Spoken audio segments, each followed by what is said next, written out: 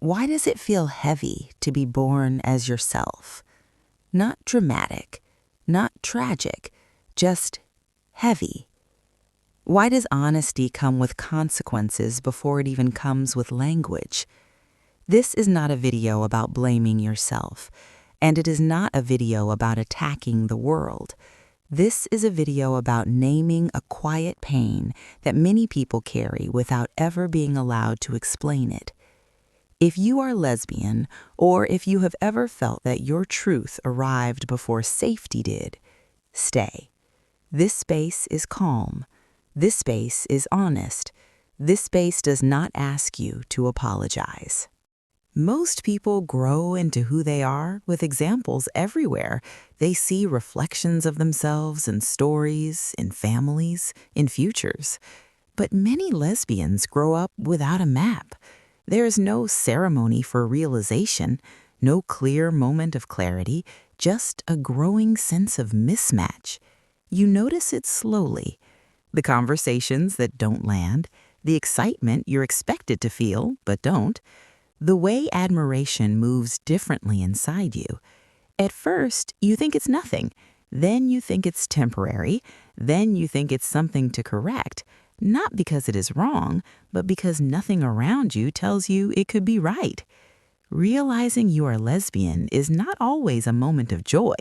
Often it is a moment of fear, because you do not just discover who you are, you simultaneously discover what the world might take away for it. Once awareness enters the body, so does caution.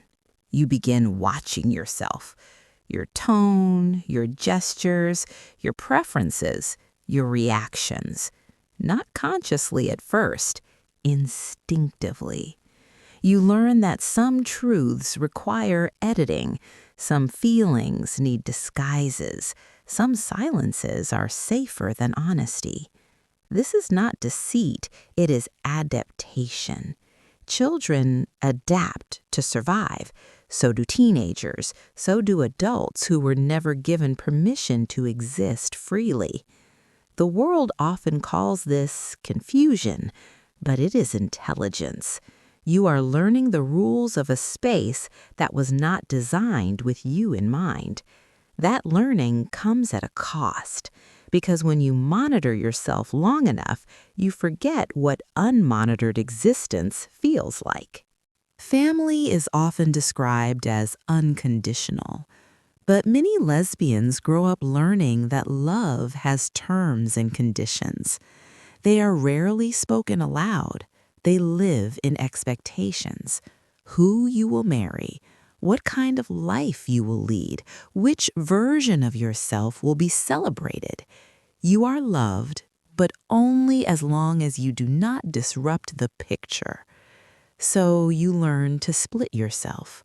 One version belongs at home, another version belongs only in thought. Questions arrive disguised as concern. When will you settle down? Why are you different? Don't make life harder than it needs to be. No one asks, how does this feel for you? And you learn a painful equation. Honesty may cost belonging. That realization hurts more than rejection from strangers ever could, because you are not choosing between truth and comfort. You are choosing between truth and home. Love is supposed to feel expansive, but for many lesbians, love arrives with negotiations. Is it safe to look too long? Is it safe to feel too deeply? Is it safe to want more? You do not fall freely, you fall carefully. Every attraction comes with risk assessment. Every connection carries potential loss. When love is reciprocated, it is often fragile, not because the feeling is weak, but because the environment is. You are not just dating a person, you are navigating fear, secrecy, timing, courage. And when relationships end, they often end silently. No public grief, no acknowledged heartbreak, no social permission to mourn. You lose a person and the right to talk about losing them. That double loss stays in the body. There is a strange contradiction many lesbians are forced to live inside. You are invisible in real life and hypervisible in fantasy. Your love is dismissed as confusion, but consumed as entertainment. Your commitment is questioned, but your body is discussed. You are told your feelings are not serious, yet your existence is treated as provocative. This contradiction is dehumanizing because it removes your interior world. You are either erased or reduced, never simply allowed to be. Over time, this teaches a dangerous lesson that your reality is negotiable, but others' comfort is not. Hiding is often mistaken for safety, but long-term hiding reshapes the nervous system. You become hyper-aware, hyper-vigilant, constantly scanning. You learn to read rooms before entering them. You measure honesty in percentages. You calculate risk even in rest. This creates exhaustion that has no obvious source. People see you functioning and assume you are fine, but functioning is not the same as living. Many lesbians struggle not because they are broken, but because they have been bracing for impact for years. And the most dangerous belief is not, there is something wrong with me. It is, I must go through this alone. So why does it feel like it sucks to be born lesbian? Not because of identity, because of timing, because your truth often arrives before the world is ready for it, because you are asked to carry clarity in environments that reward conformity, because you are expected to be patient with systems that never learned your language.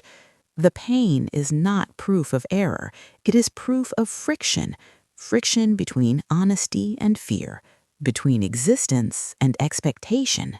At some point, quietly, slowly, something changes. You stop asking for permission internally. You begin to notice how much strength survival required, how much intelligence it took to remain intact. You realize that nothing about you is accidental. Not your depth, not your perception, not your refusal to disappear. You did not choose an easy life, but you did not choose a meaningless one either. And for the first time, the question shifts from, why is this so hard, to, what does this strength make possible? You are not late. You are not broken. You are not unfinished. You are not difficult for wanting to exist fully. Being born lesbian does not mean you were born to suffer. It means you were born honest in a world that often survives on denial. And yes, that honesty came with pain, but it also came with clarity, with depth, with the ability to love without illusion. You are not here to be tolerated. You are here to be real. And real people change rooms without asking permission. So no, being born lesbian does not suck. What hurts is being born truthful in a world that still fears truth. And yet, you stayed, you learned, you endured. And that is not weakness, that is power. Quiet, grounded, unapologetic power. You did not survive by accident. You survived because you were meant to exist exactly as you are.